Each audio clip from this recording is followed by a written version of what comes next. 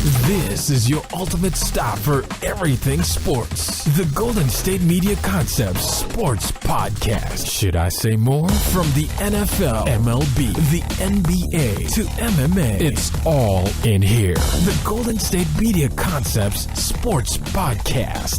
Listen now.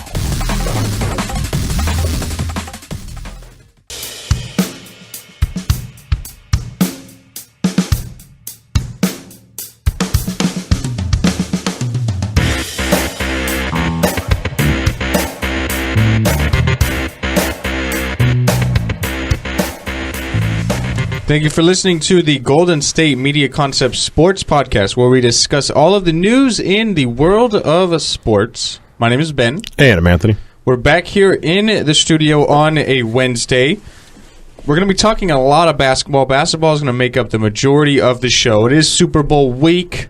It's hard to not talk about it, but we want to, of course, save as much of that as we can for Friday. We're going to be talking a lot about the Super Bowl.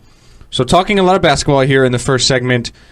The big story of the week has been the whole LeBron James versus Charles Barkley back and forth debate. This is, of course, after Charles Barkley talked about LeBron James last week being kind of whining, complaining, and not really losing his competitive spirit because of the troubles the Cavaliers have had lately. The Cavs in January were 7-8, which, with records, that's LeBron James' worst month ever. So I guess it's fair. LeBron's obviously very frustrated. I think emotionally and physically. He sees what the Warriors are doing. He sees them adding Kevin Durant. He sees them looking almost, I guess, unstoppable right now. And he knows he's going to need more help come this summer if he's going to repeat as a champion. So he's definitely not afraid to voice his opinion. And then you have on the other side of that Charles Barkley, who likewise is not afraid to voice his opinion and said those comments about LeBron James. And then you have LeBron James firing back at Charles Barkley, getting, in my opinion, really, really personal, talking about how he's never thrown someone out of a window, how he doesn't have any unpaid debt to Las Vegas, how he hasn't shown up late to an All-Star weekend, all these really personal attacks on Charles Barkley. And then, of course, yesterday we have the next step in the fiasco. We have Charles Barkley responding to LeBron James. And honestly, I thought he handled it really well. He said, quote, "I stick by what I said. I'm not going to make this personal. He was all whiny last week. I'm good and I'm straightforward. I'm never going to get personal on an NBA player." He said that he and LeBron aren't really friends, but he's also not friends with a lot of this younger generation. And he feels like the younger generation now in sports kind of takes criticism personally when it's really not the case. Like I said, Anthony, I thought he handled it really well. I thought his comments were fair. I don't think he attacked LeBron on a personal matter.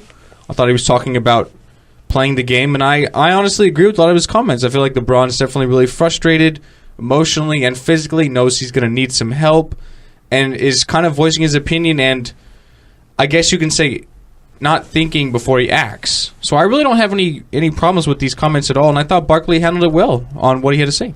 See, what the thing with Barkley is, I mean, he understands that, like, you know, this isn't new for him. He's been doing this for a while, basically doing the whole, you know, not calling somebody out, but basically having an opinion and going at it and basically ready if it's a boomerang and it comes back at him. Right? Like, he understands that's how it's going to go sometimes, because you can't necessarily, you know, it's all, you know, throwing rocks in a glass house kind of thing. You can't do all these things like that and then not expect something to come back at you. So basically that's what happened with LeBron, because this whole thing with LeBron and Charles Barkley goes back a little bit. You know, he's had like a Rise commercial back in the day, back around 2010. And the end of it, he said, "Hi, Chuck." Like, this has been going on for a minute. This isn't something new. And honestly, this probably was something with LeBron that's been, you know, building recently, you know, a little bit more and a little bit more. And now you get the situation where LeBron basically had enough. Like, he went full hit him up. Like, he just took everything out on like everything you could possibly have thought of, minus what? Not winning a championship? Like, that's basically the only thing he didn't go to Charles Barkley about. And Barkley, you know, like you said, to his credit, was like, "Look, that's fine. Like, you know, like, I'm not going to go personal with him. But, you know, the throwing someone through a window, Well, I think the story with that was he threw him through a window when he went to the court. The judge said, "Do you have any regrets?" He said, "Yeah, that it wasn't on the second story." Like, he's talked about that. He's talked about the bets he's had over in Vegas and stuff like that. Like, all these things are kind of common knowledge if you just Google it enough. But with LeBron, it was kind of a last drop in the bucket kind of thing. And then you also got his buddy Dwayne Wade, who basically also, if you remember the old commercials, they used to have the Fab Five, where the Fave Five, I think it was, with T-Mobile. Wade, talking about this whole thing with Charles Barkley, basically told him he needs to stop also. So, he's sticking up for his friend. And with Barkley, he had an opinion because he said it wasn't something where it was where LeBron basically was saying, like, I need more help. And Barkley looked at it a different way. He said what he said. LeBron got mad, and Barkley's like, all right, cool. So that's how he feels. I'm not going to go blow for blow and keep trying to go, low blow after low blow. It's like, okay, cool. That's how he felt. That's awesome. All right.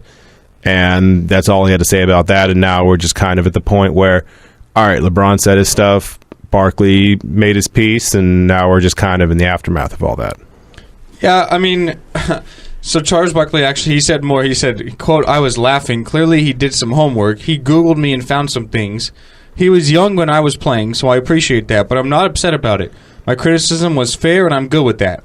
I think in all of sports, on these analyst shows for whatever sport, whatever channel you're looking at, I think Barkley is probably the most, I'd say, I don't want to maybe animated, but he's the most unafraid to say what is literally on his mind. Right. And I honestly appreciate that. And some people think he maybe steps a fine line too much, is walking on a fine line, but I'd much rather have someone who's completely honest as opposed to someone who maybe beats around the bush every now and then. So, and he obviously doesn't have any issues with this, and honestly, he shouldn't, because I don't think he stepped out of line at all. I think LeBron James really stepped out of line, and I think Barkley's kind of shrugging it off like, it's no big deal. Like, think about his generation when he was playing the game. I'm sure he's heard a lot worse than what LeBron James said to him. Oh, yeah. On the court, off the court. Oh, yeah. Yeah, I mean, he's probably heard a lot worse than what LeBron is saying. So I don't really think he has a really big issue with what LeBron James had to say about him. And I think LeBron kind of attacked him on a personal level because he's just really, really frustrated right now. Like I said, he sees what the Warriors did, and he sees how good they're playing, and he noticed, hey, we're probably not as good as we were last year. Right, well, that's the thing. Like, just easily enough, you want to talk about the teams that he's going to have to face. He doesn't have to worry about anybody in the East. He's going to go against Atlanta or Boston or whoever basically advances to the Eastern Conference Finals, and they're going to win that. So I was just looking at the Warriors, and the Warriors, right now at least, look like the best team. Like, they had the 20-point lead in the first game, blew that, lost to the Cavaliers, but in the second game, just dominant blowout. Warriors had no problem beating the Cavaliers, so that's the last kind of memory he's got about this. Okay, the first game, yeah, we won, but we were down 20. Then the second game, we were down 20, and then it got worse. So both of those games don't look good for the Cavaliers, because the Cavaliers, you could talk about how, even though they got Kevin Durant, they lost Andrew Bogut, they lost Harrison Barnes, they lost Festus Ezeli, they lost Bates, they lost people like that matter. Also, they got Kevin Durant, and it's looking, after every single game, that's looking like it's going to work out better and better and better as the year goes on, because it's going to take a minute, but now, like I said, it's starting to look like they have the rhythm, look like they have something that's going to be working, because, what did you just say? The Cavaliers went 7-8 in January? 7-8 in January. The Warriors have 7 losses this entire season. So you have more losses in 1 month than basically your rival has the entire season. That's almost 50 games. So he's just kind of looking at it and it's like, okay, the team we got, that's not going to work. Like, this team is not going to beat them. I don't care what Corver is. I don't care what all these things are. I need help. And now we see these things where they're going to bring in these veteran players as like a tryout or a workout or a, hey, we got an open gym, you guys want to play kind of thing. Yeah, you mentioned the help is on the way, and I mean... Kind of. Yeah, I was definitely being sarcastic. So the Cavaliers are planning on working out veteran point guards Mario Chalmers, who of course you spent a lot of time with in Miami. Right. Jordan Farmar, Kirk Heinrich, who I think has been around forever. Same year as LeBron. and Lance Stevenson. Of these four, if I were to bring one in, it would definitely be Stevenson. Although Lance Stevenson has really, really struggled lately, when he was on the Pacers, he was a fantastic player and he was an all-star. Right. So there's a little bit of hope there with Lance Stevenson. With the other guys, I think there's literally none. See, the only thing is... Right? I mean... Well, here's the only thing. A couple things. One, talent-wise, yeah, Lance is the best person on the team. Because he said when he was in Indiana, he was a beast. He was going against LeBron and annoying him. Forget about the little thing like that. Blowing in his ear. Yeah, forget about those whole things, the memes that came out of that. But he was actually a really talented player. The problem is, you put him on the team along with JR, you're going to have both those guys on the same team. You can have one crazy person on the team. That's fine. Two's not going to work out like that. Two is going to make it become a problem. And while he's talented, he seems like how can I put this? Ron Artest was always super talented and can kind of keep the talent in check with the insanity, minus, running into the stands and trying to basically fight the crowd. He was really good at kind of balancing, I'm going to play really well while also being a madman.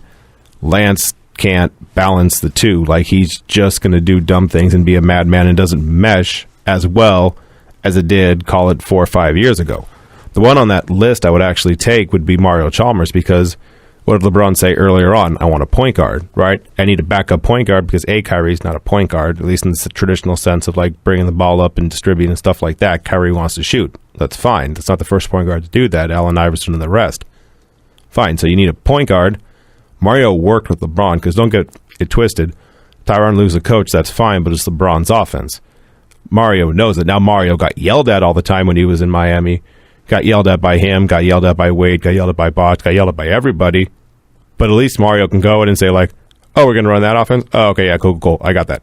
Like, he can get that pretty quick, and he fills the backup point guard spot that you want, because he's not going to come in and try and, like, all of a sudden be the guy. I mean, yeah, Mario Chalmers has an ego the size of Michael Jordan. Just ask anybody who's met Mario. That dude has an ego that doesn't match up to his talent.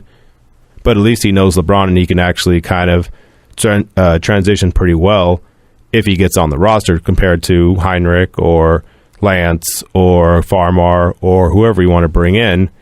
At least Mario's got some familiarity, and it's not going to take a minute for them to kind of gel like it's kind of seeming like it's doing right now with Kyle Korver. I think Chalmers would probably be my second option. I'd still go with Stevenson. We've seen him have some really, really impressive flashes in the past. Right. So I guess with literally every person they bring in, it's low risk, high reward, because they're going to be bringing them in to pay them nothing, veteran minimums, because they're all free agents anyway. So if you get something out of them, it's an improvement of what you already don't have. So I guess no matter what they do, it's probably a good idea. But for me, I'd definitely bring in Stevenson. I think he's the one that's shown the most potential in the past. And staying in basketball news, a guy we talked about on the show a lot is DeMarcus Cousins. DeMarcus Cousins and the Kings are reportedly looking at going other ways. The Suns and the Kings have been discussing a possible DeMarcus Cousins trade. This is according to Arizona Sports' John Gambadoro. He reported yesterday that the Kings have had discussions with the Suns about a possible trade. When you're looking at what the trade could be, for me, it doesn't really add up. I know, Anthony, you might be a little different there, but it would look like the Suns would not be trading their best two players, who are Eric Bledsoe and Devin Booker, two of their guards. So instead, they'd be looking at getting rid of big man Alex Len, TJ Warren, and possible draft picks for DeMarcus Cousins. The Suns do have the rights to the Miami Heat's 2018 and 2021 first-round picks, part of the Goran Dragic trade. Right. And the Suns are not a good team right now, one of the worst teams in the NBA, definitely going to be in the lottery. And the Kings are technically fighting for the 8th seed in the West, although I really don't think they're going to get there. DeMarcus Cousins is a free agent at the end of the year, so he can, of course, go otherwise. We have reported on the show that the Kings would offer him a monster deal upwards of $200 million, so it'd definitely be tough to turn down, because he'd be getting more money in Sacramento rather than anywhere else in the NBA. But wanting a championship and playing for a better team might, of course, sway people. Money is really the one determining factor in that case. So still up in the air about as far as what DeMarcus Cousins would do. this possible trade here, I guess for me, the Kings have to think about, do we really think we can sign DeMarcus long term? Because if the answer is no, then you kind of have to take whatever you can and get rid of him, because getting something is better than getting nothing, because he goes to free agency and you're, of course, getting nothing. You make a trade for Alex Len, TJ Warren, maybe some first-round draft picks, you're at least getting something back, although for a guy who's an all-star, is only 26 years old and is probably the best big man in the league talent-wise, it'd be a tough thing to give up. So I guess in that regard, if you don't think you can sign him, it makes sense. But for me, this isn't enough, man. Like, I would definitely need to at least get one more better piece, because I'm not a big fan of draft picks personally in the NBA, especially for these later first-round picks. This is something different. These would be early lottery picks, so you do have a chance there to get some really good players and build your franchise, a la what the Thunder did when they drafted those big three with Harden, Durant, and Westbrook, and what the Warriors have done with drafting Draymond Green, Klay Thompson, and Steph Curry. That's really, in my opinion, the way you build teams now, because you have to have one or two pieces with you to attract a free agent. The Kings aren't going to attract any big-name free agents. They're not a good team. They just don't have enough. So in order to get better, I think you have to do that. But for me, I'd much rather take a guaranteed player than a pick. Even lottery picks, 10, 11, 12, these guys are backups in the league. It's not like they're legitimate all-stars. There is diamonds in the rough, of course. We all see them. But for me, and this is going to be a really deep draft in the NBA coming out this year. So depending on what the trade could be, if you get some picks this year, it could really help, because this is going to be a really deep draft. Yeah. But for me, I wouldn't take this deal. But that's the thing. Like, you look at it, it's the whole thing of, say you want like an actual player, but like, let's call the Carmelo Anthony trade, right? Back with that trade, none of those players that they got back did any kind of relevant winning with the Nuggets. And that was thought of as actually a pretty decent trade all the way around. But getting someone like a Danilo Gallinari or Wilson Chandler that didn't do necessarily that much to basically swing the balance of a trade like that. You got, what's his name, Mozgov in that trade, and that didn't do anything. I'd like these trades where you trade the players, you're basically just doing that for the salary, right? Because you look at you go to NBA Trade Machine, right? And you just type in basically, okay, DeMarcus Cousins, and you go TJ Warren, Alex Len, and you just throw PJ Tucker because his contract's expiring, and that works. And then you also throw in the draft picks, and the thing with the draft picks, Phoenix right now is number 2. So from all accounts, yeah, if you, like you said, if you're like 8, 9, 10, you're literally rolling the dice. And to be fair to the Kings, that dice has not been coming up 7s. It's been coming up snake eyes and worse for the Kings. It's not been going well for them as of recently, but at least if you get the number 2 overall pick, you're pretty sure they're going to take one of those guys in the draft, that's going to be one of those basically franchise-changing players, right? Maybe Lonzo Ball. You might get Marquez Fultz. You might get one of these guys in college. It's like, okay, no, this guy's going to be a superstar. And then at that point, you kind of adjust there, because as good as DeMarcus is, been on the team for a little bit, no playoffs, Also, like you said, he could just get upset one day and not want to be in Sacramento anymore. And you've seen people in the NBA do that, where basically they're like, yeah, I'm done. LeBron James and Kevin Durant? Magic Johnson with the coach, Carmelo Anthony, basically said, like, I don't want to be in Denver anymore. You get me out of here. You get me out of here now. Shaq did it when he was in Miami. Basically said, I don't want to be here anymore. Trade me. Like, that's happened before. And if they keep losing and getting their heads caved in over and over and over again, excuse me. That was fun. Like, I can see him basically saying, like, I don't want to do this anymore. Get me out of here. So you might as well at least explore these things, see if anybody will give you anything for them. And if you get a top 2 pick in the NBA in this apparently really great draft, I mean, you got to at least try it. Yeah, I'm all for exploring. I would definitely not sway away from that. Literally, if I was a coach or a GM, no matter who's on my team, literally everyone is up for possible trade talks. Right. It doesn't hurt to talk to anyone. So I'm with you on that part. It's just got to come down to, can the Kings really sign him long term? If the answer is yes, then I think you need to do it. If the answer is no, then I think you need to make this trade, because getting something is a lot better than getting nothing. We'll take our first break on the show. After the break, we're going to be talking about news within the NFL. Another big shark with the proposed Vegas Raiders deal has backed out with the whole stadium proposal. talk about that, how it's going to hurt the Raiders' chance of going to Las Vegas, which about a week and a half ago looked like it was going to be a lock. So we'll talk about that right after the break at the Golden State Media Concepts Sports Podcast. Tired of searching the vast jungle of podcasts? Now listen close and hear this out. There's a podcast network that covers just about everything that you've been searching. Hey! The Golden State Media Concepts Podcast Network is here. Nothing less than a podcast bliss with endless hours of podcast coverage.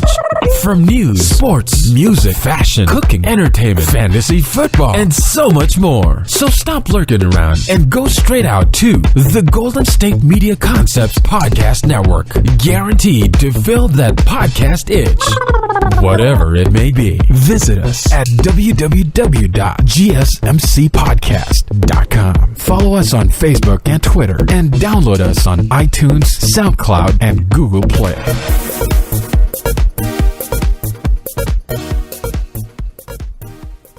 So Goldman Sachs, it's an investment bank, it has withdrawn its financial support for the project of the $1.9 billion projected stadium deal in Las Vegas. This news comes literally one day after billionaire casino mogul Sheldon Adelson withdrew from a committed $650 million, I guess you can say, investment into this $1.9 billion stadium project.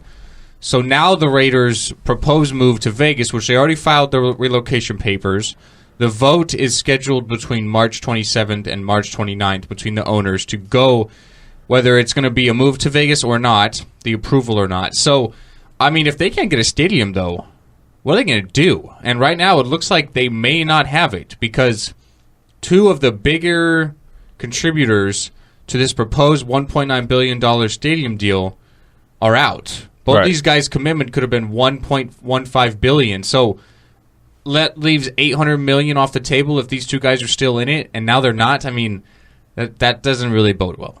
Yeah, no, this is not looking like it's going to happen for the Raiders. Doesn't look like they're going to go to Las Vegas. Now, part of me just wants to see basically Mark be his father and just live, follow in his father's footsteps and basically say like, yeah, I don't care. I'm going to Vegas. Sue me if you want to. I don't care. I'm going.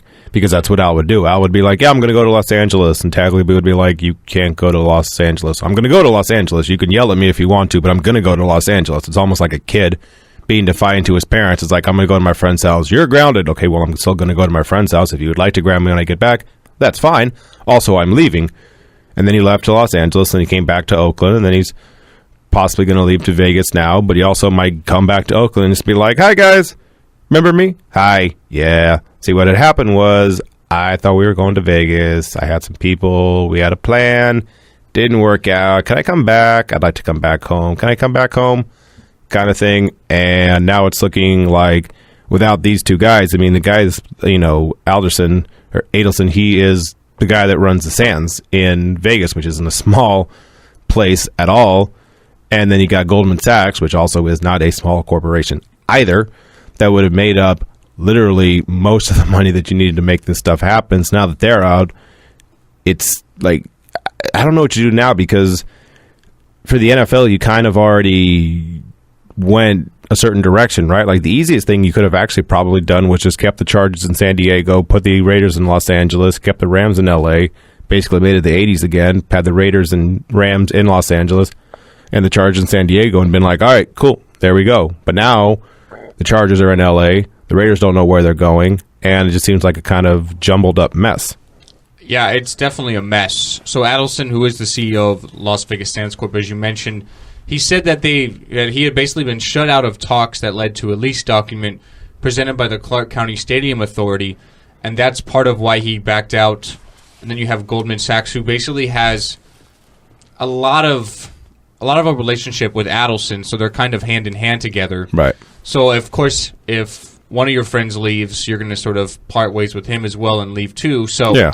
I get it in that regard. So that's why both of them basically have decided to abort mission. And now, I don't know if you're trying to still fund a deal to get a new stadium without those two. I don't know what you do. You have to somehow find a way to make up $1.15 billion within the next I guess you can say month and a half, 2 months. Well, that's the thing. Yeah, I think, like, at this point, you can't really say, like, okay, we'd like public funding. Like, I don't think the city of Las Vegas / the state of Nevada, I don't think they're going to go for that. I think they're just going to be like, oh, now you want us to pay for it? No, we're not doing that.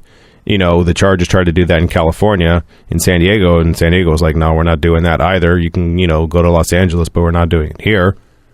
Yeah, so the Nevada State Senate had approved a bill to fund $750 million for the stadium, but a lot of that support came from Adelson. Right. And that's now gone. Yeah. So I literally don't know what you do now. They're going to play in Oakland. Like I said, unless Mark goes full Al Davis and basically just says, we will play in basically like some... Like play where UNLV right. plays. Like, unless they do... And don't get me wrong, he's a Davis. He's got that in his blood. He may just say, use the whole Rage Against the Machine line, bleep you, I won't do what you tell me kind of thing, and just say, like, I'm going to Las Vegas, I don't care. They're probably just going to stay in Oakland for another year or two and basically try and figure this out again. There is some other circumstances, though. Right. So you do have a chance where the Raiders actually play in San Diego. So, according to reports, the mayor of San Diego, who is Kevin Falconer, he spoke to an NFL official about a potential move, and another person representing the city exchanged calls with the Raider official, though it's not clear whether the side spoke or not. Obviously, the San Diego city has Qualcomm Stadium there, although the Chargers did decide to bolt to L.A., no pun intended. The city has attempted to add a Major League Soccer team, which would result in a new stadium. Of course, a soccer field is 100 yards, the same as an NFL field is. So they could technically share a stadium if that were the case. So if the city of San Diego does get an MLS team, they would have a new stadium. And then, of course, they could bring in a football team. The Raiders are definitely not happy in Oakland. The deal in Las Vegas falls through. There's a chance they could go back, or I guess go, to San Diego, and San Diego has a team now, the San Diego Raiders. Do you think that's a real possibility or no? I mean, I think anything is up for grabs. Just bring the Chargers back. Like, it's fine. Like, people in LA don't even like the Chargers being there. Just bring the Chargers back. Just put the Raiders in Los Angeles. It's like the easiest thing you could do at this point, and the thing that makes the most sense. But the NFL is probably going to be stubborn and be like, no, we're going to do this, and they're probably going to have the San Diego Raiders, and they're probably going to change the logo a little bit, which will make people mad. And now you got the LA Chargers, and people don't like that. It's just going to be a lot of chaos. The easiest thing at this point is just to say, look, Raiders go to LA, Rams stay in LA, Chargers stay in San Diego. All right, cool, done. Vegas, we'll figure that out later on.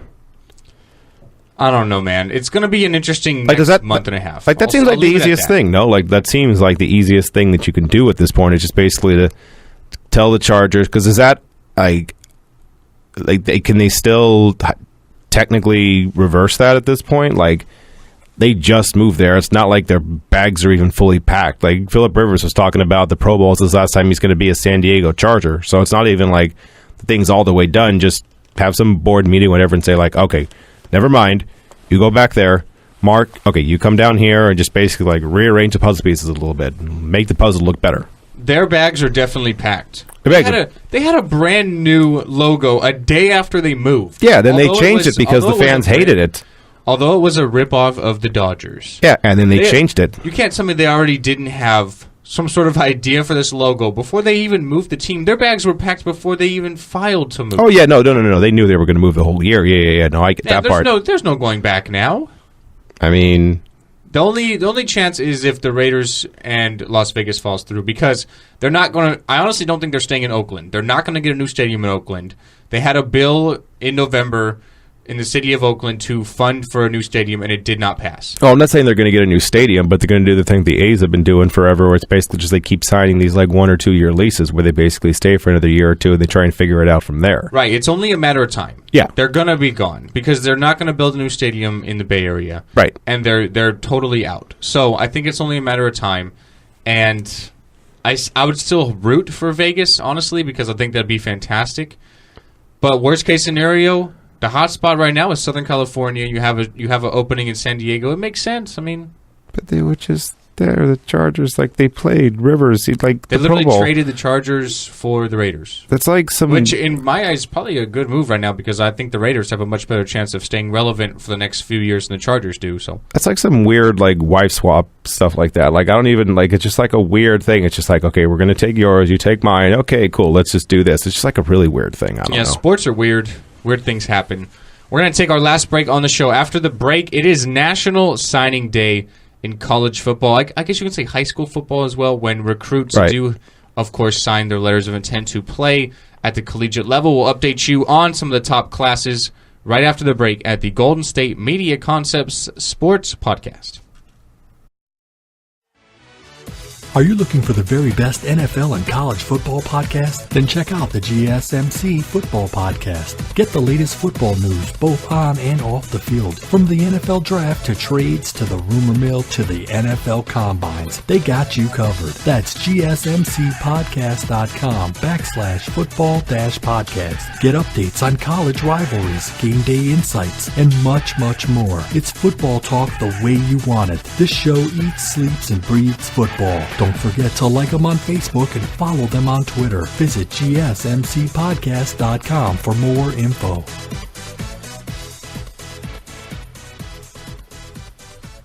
Welcome back into the Golden State Media Concepts Sports Podcast. Before we end the show, we're talking National Signing Day. Today is the day for high school players who have not already signed their national letter of intents for their college choices to make that decision. Although there is a little bit of time after if you don't declare today, but you're basically on a deadline. A lot of these guys, the way they do it now is the ones that announce really early, they already enroll in college because they end their high school season playing football. They get all their grades done. That way they can just bolt to college right even before the summertime. That's kind of like the more popular way, and it makes sense. Get to the school early, get accustomed to things, get with the team, start practicing already. Because for a lot of these guys, these 4-star, 5-star guys, these are gonna be starters when they're sophomores, juniors. Right. So they need to get up to speed with everything.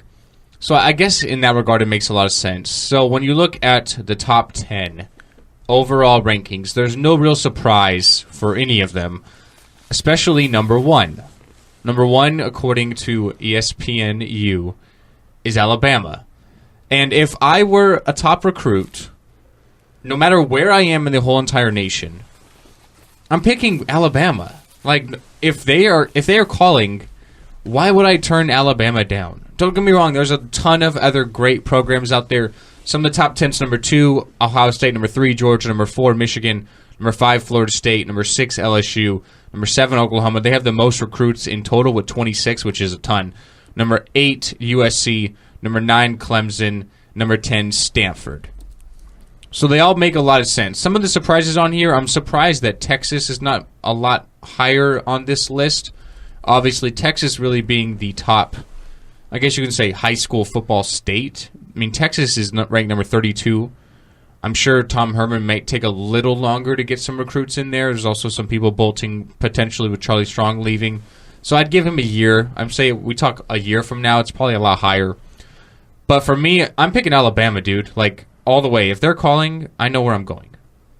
See, the thing with Alabama, with Nick Saban, and Nick Saban basically has all of the advantages, which I never really understood how that's not a recruiting violation. But like, it's basically the thing of, they had this story on ESPN a few days ago about Nick Saban and what he basically does, right? Like, yeah, you can go in there and basically recruit him and saying, hey, do you want to play for Alabama? Look at all the players I've sent to the NFL, da-da-da. But they also do the thing where they send them, the recruits, to his house, to Saban's house, to basically just get a kind of look at everything and see what's going on. Nick Saban is not here on this modesty. Like, he is not here for the, like, oh, well, I just live in this nice little quaint house. No. They go over there, and there's all these cars that are being modeled. He's got a Benz, all these other things that he's basically showing all these people, you know. They just start talking about everything he has. You know, we go to this house, there's security sitting outside, you know, this number 60 player on ESPN's 300. You have to go through a security thing just to get there. It's a classic type of house because he has a lot of swag in it, but he just doesn't show it. Like, all these other things that they're basically saying throughout this piece, the first thing that really caught my eyes were a lot of diamonds just shining in my face. The guy Wright said, first thing Saban said, "Oh, yeah, we love jewelry here." All you could see was a lot of diamonds. Like, that's the coach basically, like, look at everything that I have and forget about the whole fact that, like, when he gets to the NFL, that's going to make players want to play there as well. So, yeah, Alabama's going to be number one because, A, you've won national championships, B, you put a bunch of people in the pros, and C, when the people come over to your house, they look at everything you have, and they're like, oh, I just like this in general, let's play here. Then you get to the fact of Nick Saban's kind of a crazy person when he's coaching, and he basically yells at everybody. But at least for the recruiting visit, it looks like it's going to be a fun place to go. So, yeah, it makes all the sense in the world that Alabama's number one, and then you talked about the people that are in the top 10 as well. Ohio State makes sense. Michigan makes sense. Georgia, Kirby Smart, and that whole dynamic of Alabama basically saying, I know how to make a championship roster because I was learning under Nick Saban, all that stuff. You can kind of play that kind of semantical game with that. Florida State, championship. LSU, history. Maybe you think they can do some stuff because they did well at the end of the year, and it's also a kind of a storied program. Oklahoma, USC. Clemson's got a national title now. Like, all these things make sense because you either won a national championship somewhat recently or you're a historic program. The only one, honestly, in this whole list that's just even surprising, like, I am a little bit surprised, honestly, that South Carolina is in the top 20 because it's South Carolina and you don't have at least a historic, old ball coach there anymore. And, like, I don't really get where that goes as far as that, and maybe even Texas A&M just because it's not, the same as it was a few years ago. But everything else, Florida, UCLA even, like Penn State, Notre Dame, Miami, Tennessee, all those are historical college programs. Of the top 25, you have 8 SEC schools. In the top 30, you have 10.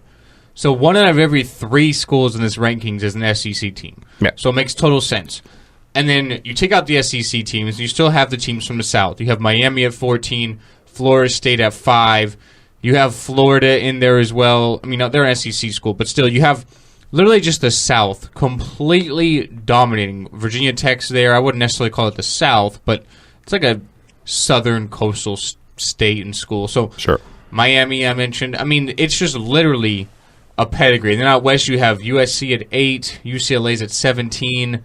Oregon's 27, Washington's 21, although they still have a lot of work to do. Only got 2 players signed as it stands right now.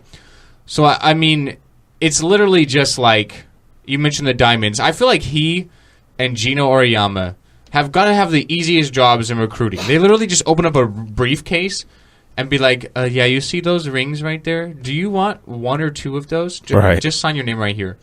You see all these defensive guys I have in the NFL. You see HaHa Clinton Dix. You see Dante Hightower. You see Landon Collins. Julio Jones. You see Julio Jones on the offensive side. Amari Cooper.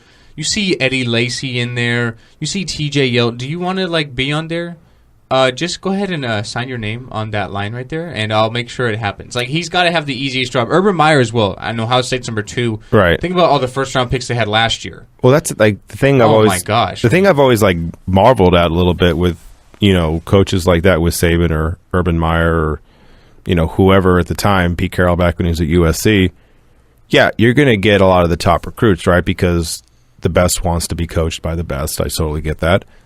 But then, if you already have, okay, so USC right now, right? Sam Darnold is basically going to be the quarterback going forward because he looked really good last year, right?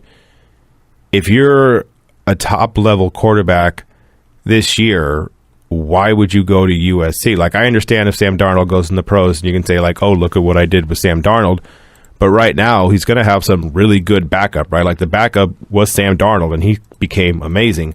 The thing I've always been marveled at is how you get people who are super, super talented to basically agree to be backups because you were super talented going out of high school and you wanted to start, but you somehow convinced these guys to not play, to be a backup and just basically wait your turn, which is something that, I'm surprised people are willing to do more and more. Like I said, going to Alabama, Ohio State, USC, something like that, where it's there's no real guarantee that just because you're great, you're going to be a starter.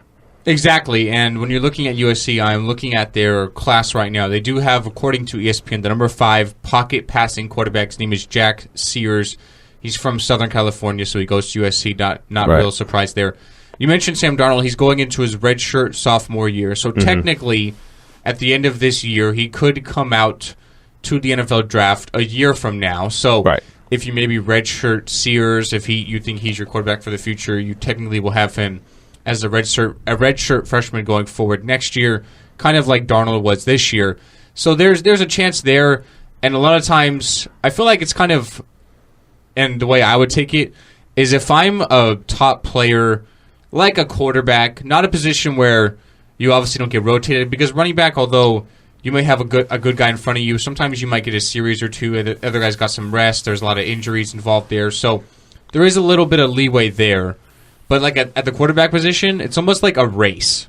Right. Like, okay, I need to hurry up and sign at USC before this guy does, because this can be my immediate competition, and both of us aren't staying. One of us will transfer out when we lose a starting job. Right. So it's like, I want to make sure I'm not going to do that. So you want to get in the good graces of the coach, so you sign first. He already signed at USC. Maybe I'll go to UCLA. Oh, wait, they have a guy. Maybe I'll look at Washington. Wait, they have a guy. I'll look at Oregon. So you kind of have to, like, it's almost like a race to say who can sign first. That's why a lot of these guys, I mentioned, enroll early, because they already have a little bit of practice, a little bit of familiarity with the system under their belt, which is really important, and you build that repertoire with the coaches and the other guys around you.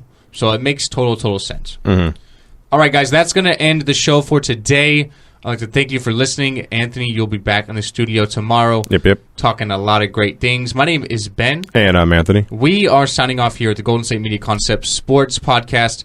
Thank you for listening, and have a good day. Goodbye. You've been listening to the Golden State Media Concepts Sports Podcast, part of the Golden State Media Concepts Podcast Network. You can find this show and others like it at www.gsmcpodcast.com. Download our podcast on iTunes, Stitcher, SoundCloud, and Google Play. Just type in GSMC to find all the shows from the Golden State Media Concepts Podcast Network, from movies to music, from sports to entertainment, and even weird news. You can also follow us on Twitter and on Facebook. Thank you, and we hope you have enjoyed today's program.